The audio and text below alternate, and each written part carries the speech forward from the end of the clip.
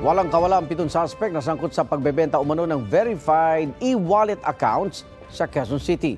Ayon sa National Bureau of Investigation NBI, posibleng ginagamit ng mga sindikato at scammer ang mga e-wallet para hindi sila mahuli.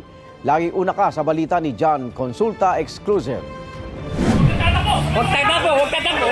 Tinangkapang ihagis ang marked money na tinanggap ng 5 tinarget ng NBI Cybercrime Division sa labas ng isang kainan sa Commonwealth Avenue sa Quezon City kagabi. May karapatan kayo manahimik! Nang halugugin ang kanilang gamit, nakuha ang mga SIM card na rehistrado sa mga e-wallet na pinaka-target ng operasyon.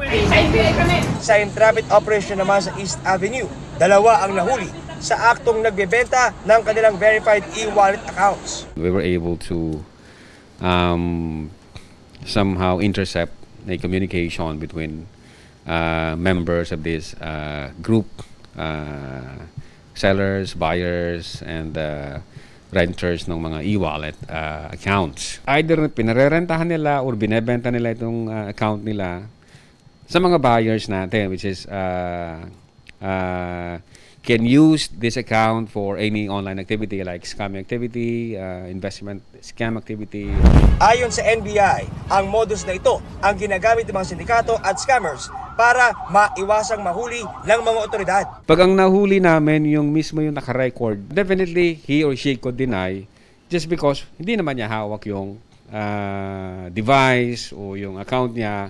Pwede niyang sabihin na nahack yung account ko. Kung mahuhuli naman natin yung mismo yung nag-execute ng cybercrime, mismo ito yung buyer, then there is also the danger of misattribution.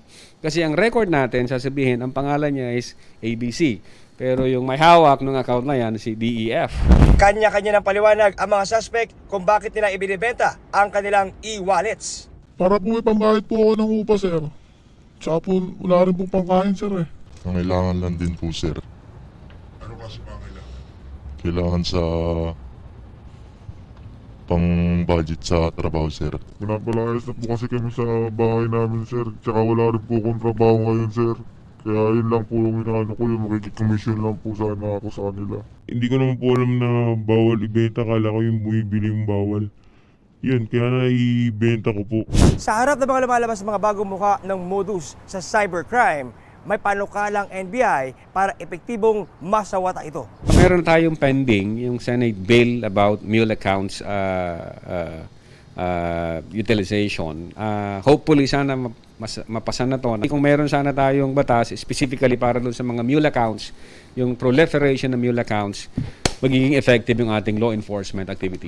Naharap sa reklamang paglabag sa RA 8484 o Access Device Act at SIM Card Registration Act ang 7 na arestong suspect. Ito ang unang balita. John Consulta para sa GMA Integrated News.